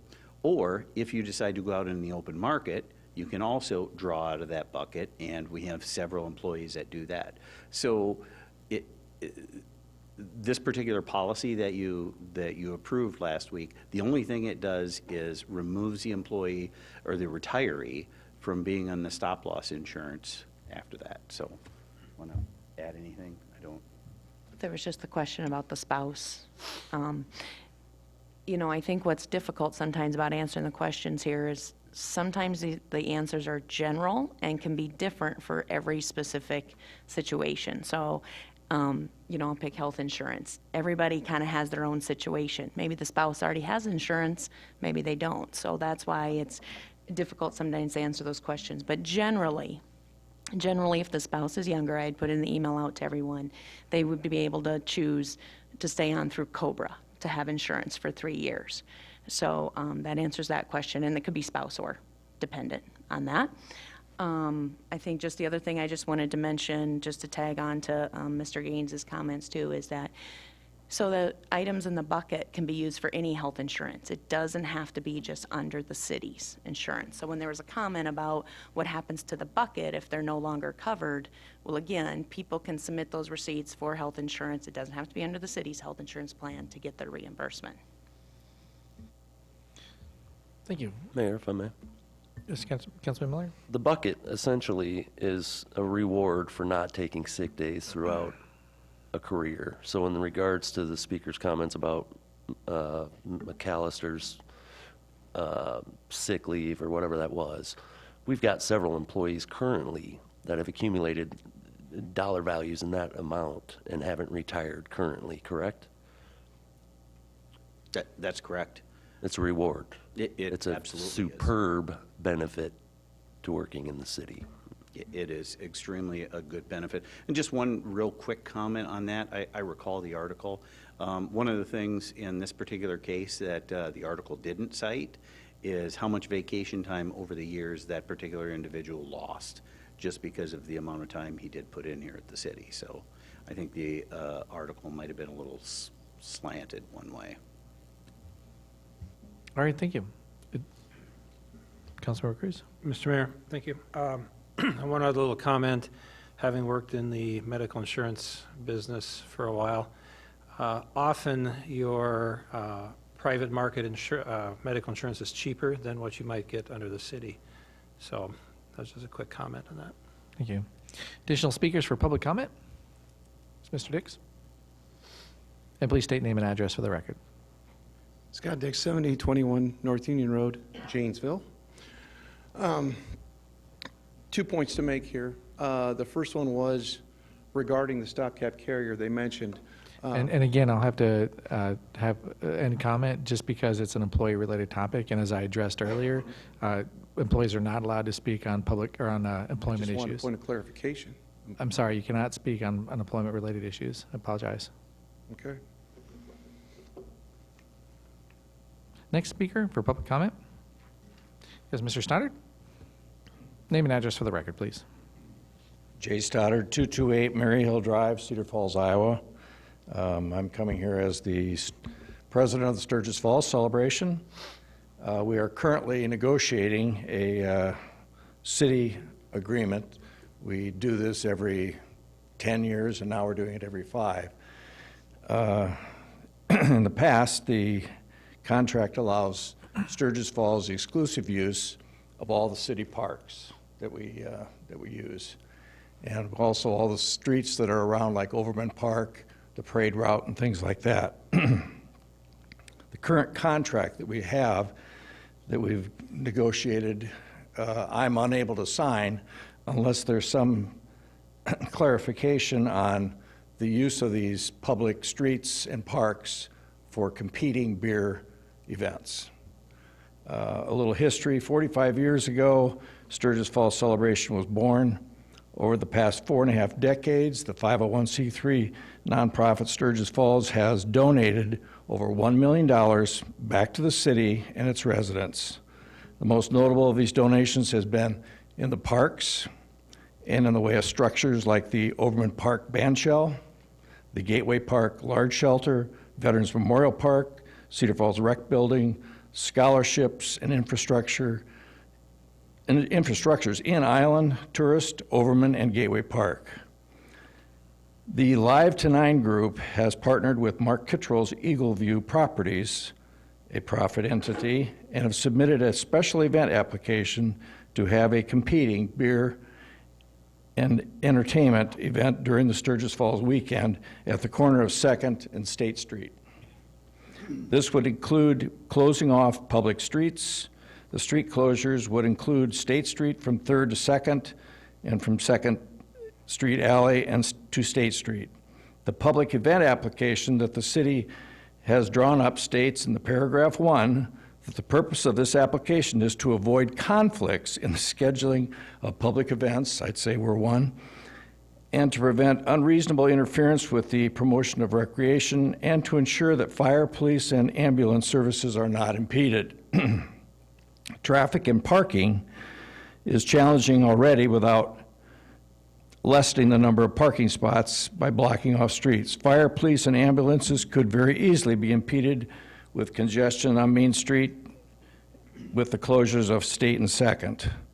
The stage and sound face directly west up 2nd Street, 3 blocks from the Overman Park Bandshell, where we have opening ceremonies, our dignitaries, the Bill Riley Talent Show, the Marine Corps Band, and continuous acts that perform there throughout the days.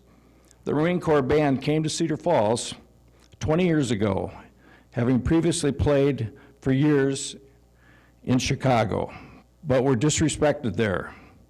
The Marine Corps Band chose to come to Cedar Falls instead of Chicago because of, I promised that the Cedar Falls, Iowa was a patriotic, would give them the respect they deserved.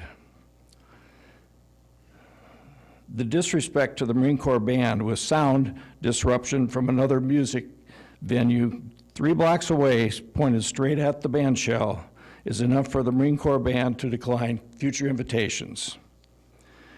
During the Sturgis Falls weekend, hundreds of thousands of dollars have been raised by local service groups who use that money to support their local causes in our community. Obviously, these groups would undoubtedly make less money with competing beer and entertainment events.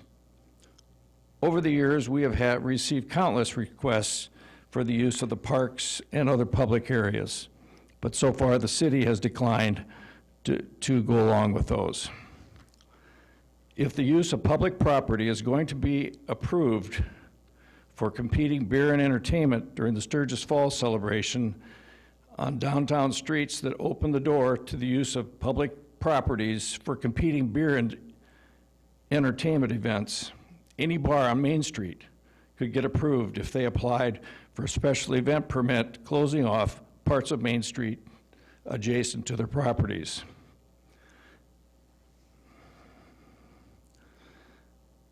Sturgis Falls. 30 seconds remaining. Pardon me? 30 seconds remaining. Thank you. Sturgis Falls community pride and supplies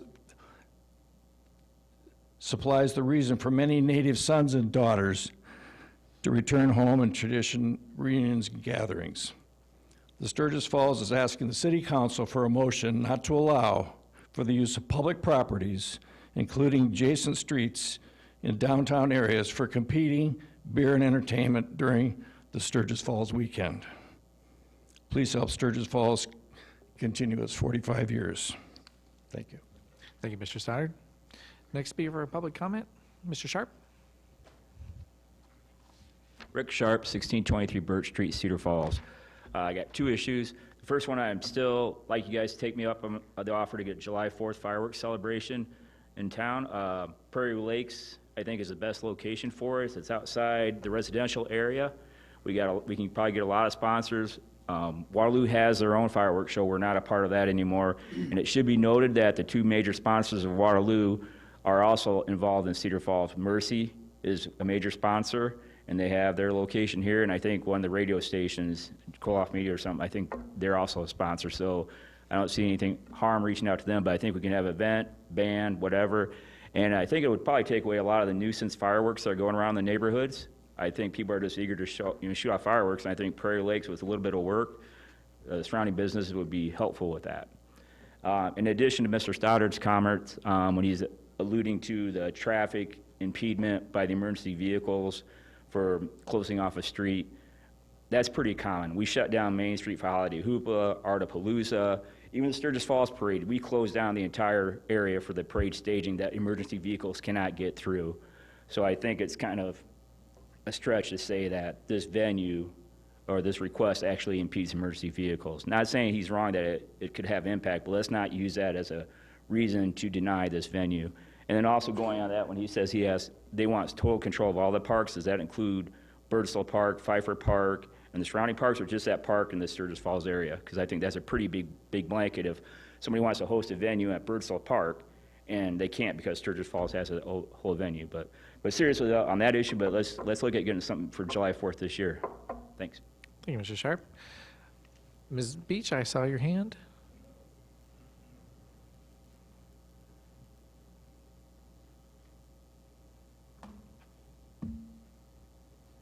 Name and address for the record, please. Rosemary Beach, Western Home Communities. I did not come to talk tonight, but I sat by Jay. And as some of you know, 45 years ago, Judy Cutler and Tom Klemick and I put out the stop signs, we put out all of the stuff, and simply because it sounded like a fun thing, we decided to have a Sturgis Falls Festival. Now, I don't think any one of you can deny that you know that. If you do, shame on you. And I stayed on for 10 years. And I decided that it was time I resigned. I was taking another position and with the Historical Society, and so I was involved in any event. However, I would say that it is the most remarkable event you could ever go to. Very few organizations have been able to stay alive for 45 years. And I was looking at my poster on the wall that Gary Kelly did for the 40th, which is really great, and thinking about the kids coming home. And I do know that the quality of what goes on here is protected. We protected ourselves. I mean, anybody could walk in any time and say, well, I'm going to put a tent here or whatever. We haven't allowed that. There's a lot of things that haven't been allowed because you're looking at an event it has thousands of people. It has hundreds of people who work on it. I suspect many of you have. If you haven't, shame on you again. Jay would like a little help, I'm sure. But I'm saying to you, it's a good thing. And the city, way back when Tom and Judy and I started, we simply went to the banks and said, would you loan us a little money? We went to the city and said, can we do this? Oh, sure, sure. Well, we had to do a lot of it. But the point being, those entities either saw something was going to happen or not, because it has been a wonderful event. And I know other people want to kind of ride on shirt tails sometimes, but I don't think this is a good idea to spread that point out. And Jay didn't ask me to say anything. I just, after being the only person left around to talk about Sturgis Falls who really knows what's going on there for the first 10 years, I would encourage you to keep the direction you're going. It has not failed you for 45 years. So keep it up. Thank you. Thank you, Ms. Beach. Next speaker for public comment? Yes, ma'am. Oh. Yes, ma'am, you in the back.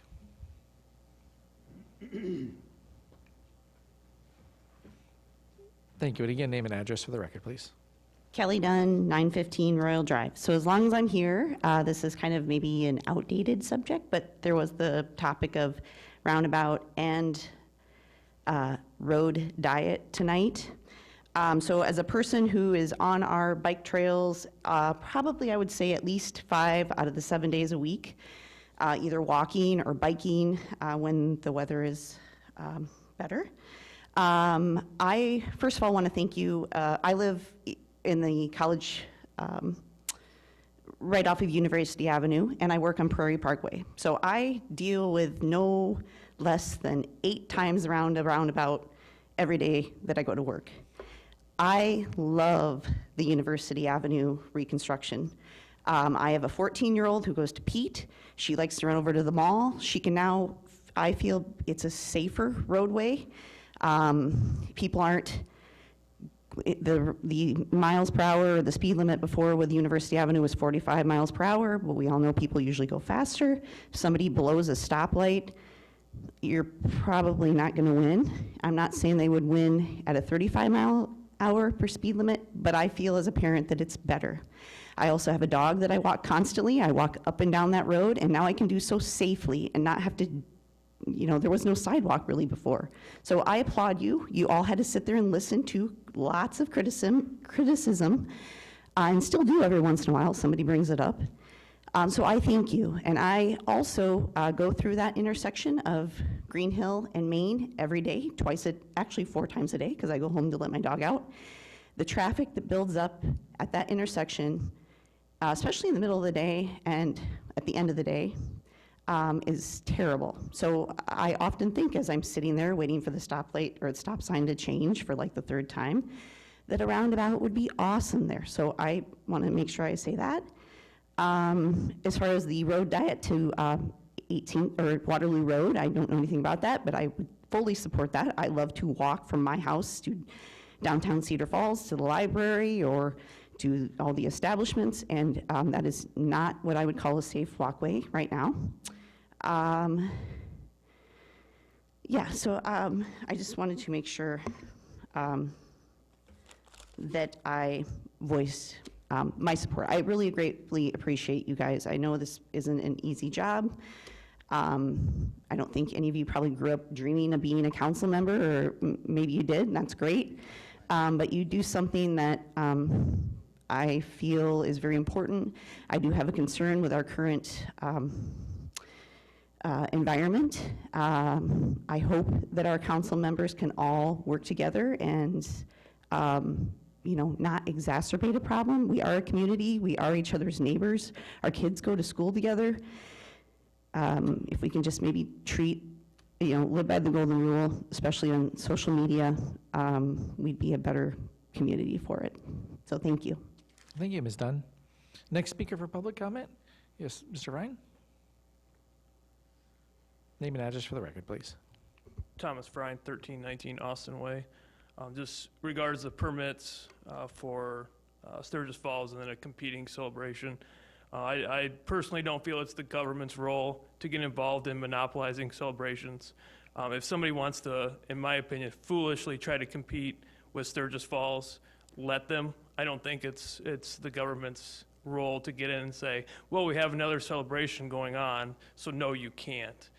So I hope that if the guy wants to foolishly, or whomever wants to foolishly try to compete, good luck to him. I financially wouldn't invest in such an endeavor because I think it's a losing effort, but I don't think that it should be something that we deny just simply because we have something else going on. Let people compete, let people have celebrations regardless of when it is.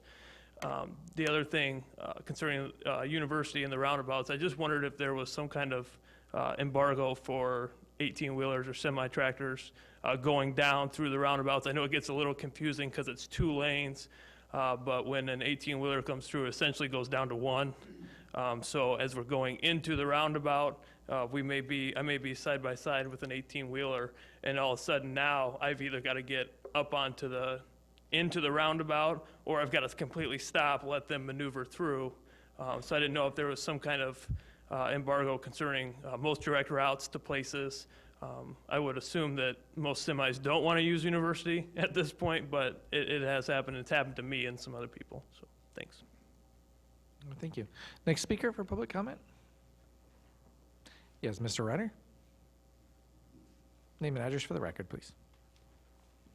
Yeah, Paul Ryder, 3422 Clearview Drive. I just want to say I've really enjoyed the last couple weeks with this process. I spent many fine hours in this room, and it was a little different, but it's been reassuring to me that we really have a process in place here. Congratulations to Nick. I think he'll do a fine job. I would hope that people who have not served on the council would at least allow you to have, they would have respect for you to know that you have to make a decision. And in my remarks, I want to emphasize that again, that if you talk to a council member and they listen to you and they don't agree with you, that doesn't mean that they haven't heard you. And I think there are a lot of the people who do not come down here support a lot of what you do, and I know you know that.